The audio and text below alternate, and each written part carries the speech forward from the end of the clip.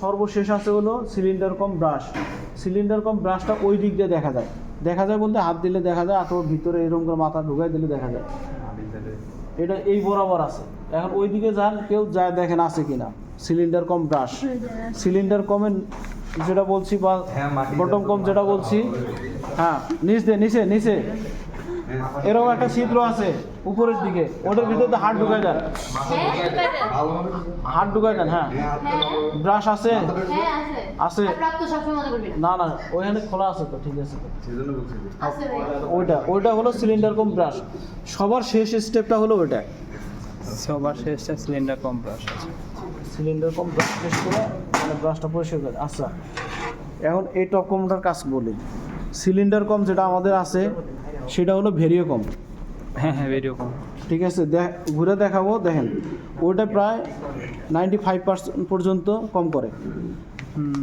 আর এই টপ কম যেটা, সেটা হলো মনে করেন নিপার যে অংশটুকু শুধু গ্রিপ করে রাখে, ওই অংশটুকু এই টপ কমটা কম করে। বুঝতে পারছেন? মানে 3 থেকে 4% বা 5% সর্বোচ্চ। 95% করে হলো সিলিন্ডার কম, আর যদি থাকে 5% করে হলো টপ কম। আরও কম আর কি, 3% বা 2.5%। দেখেন এটা কীভাবে করে। এটা যখন চলতে এইটা মনে করেন যে একবার এরকম হয়, একবার এরকম ছেড়ে দেয়।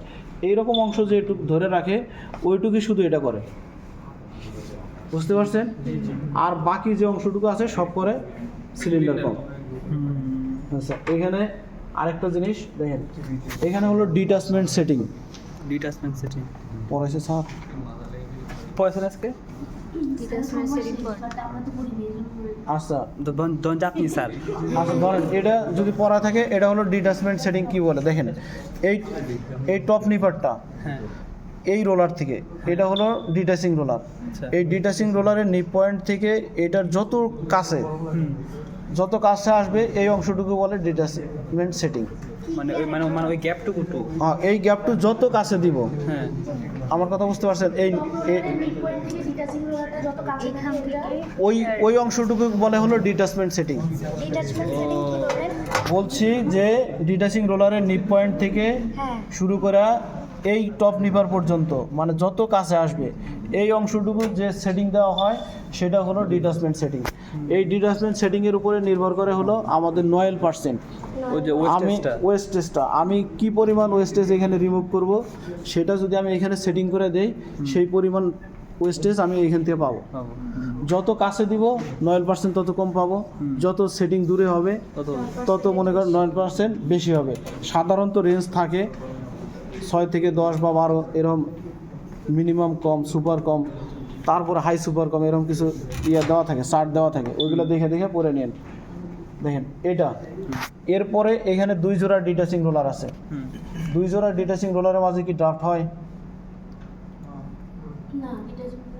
ড্রাফট হয় না।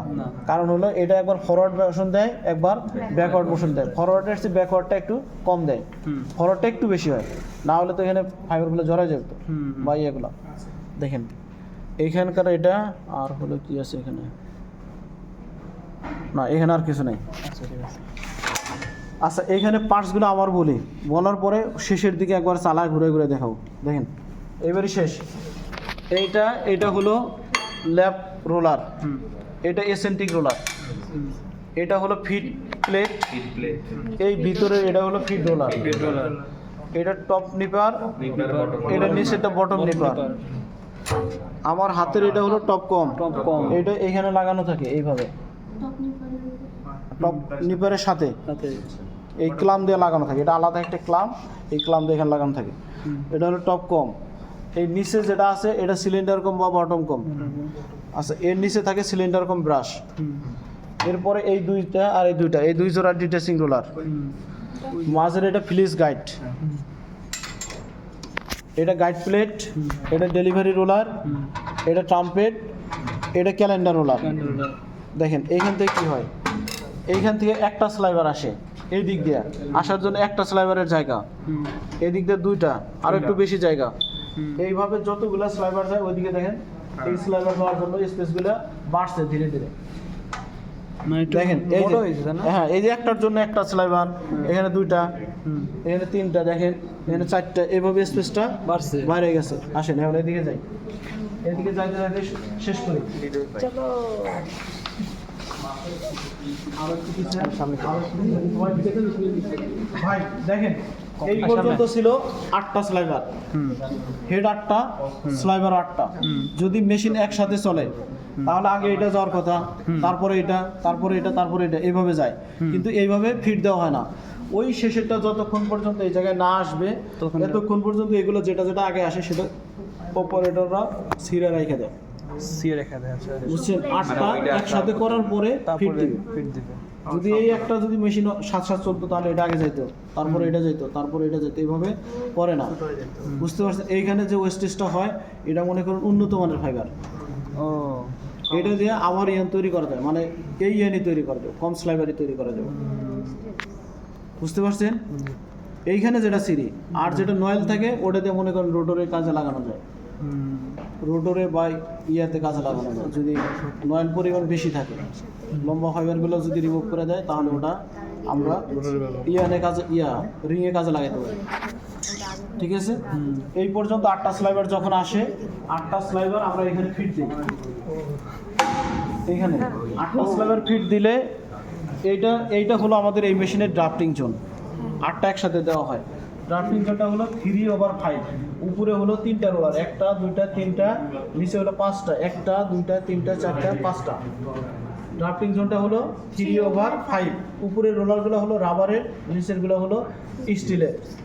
উপরে কয়টা? তিনটা। 3টা। আচ্ছা দেখেন এইখানে যারা দেখতে পারতেছেন তারা দেখে ওইদিকে যাবেন। 1টা 2টা 3টা, 1টা 2টা 3টা 4টা 5টা, এই 2টা রোলার হলো 4টার উপরে, আর এই একটা রোলার 1টার উপরে। এটা যদি লাগাই দিয়ে দেখতেই পারবেন না। হ্যাঁ আচ্ছা দেখেন এই 8টা স্লাইবার এর ভিতর দিয়ে আসে, আসার পরে এইটার ভিতর দিয়ে 8টাই ঢোকে। এই যেটা এটার নাম হলো ফানেল, এই যে আমি যেটা হাতে ধরছি, এই দেখেন এই দিকে 8টা ঢোকে। ঢোকার পরে এই দিক দিয়ে যখন বের হয় তখন একটা হয়। 8টা স্লাইবার এইখানে ড্রাফট হওয়ার পরে এই দিক দিয়ে ঢোকার পরে এইখান দিয়ে যখন বের হয় তখন একটা হয়ে যায়। আচ্ছা এটার পরে আর একটা ট্রাম্পেট আছে, এই যে এই ছিদ্রটা পরে যেটা, এটাও আর একটা ট্রাম্পেট। এই ট্রাম্পেট দিয়ে এই ক্যালেন্ডারের ভিতর দিয়ে বেল্টের উপর দিয়ে ম্যাটেরিয়ালসটা ওইদিকে যায়, বেল্টটা ঘুরে বেল্টের উপর দিয়ে যায়। ওই বেল্টটার নাম হলো conveyor belt. Conveyor belt. Clear? এখানে যারা দেখছেন তারা এই দিক দিয়ে যান। অফ করে দিই। যান।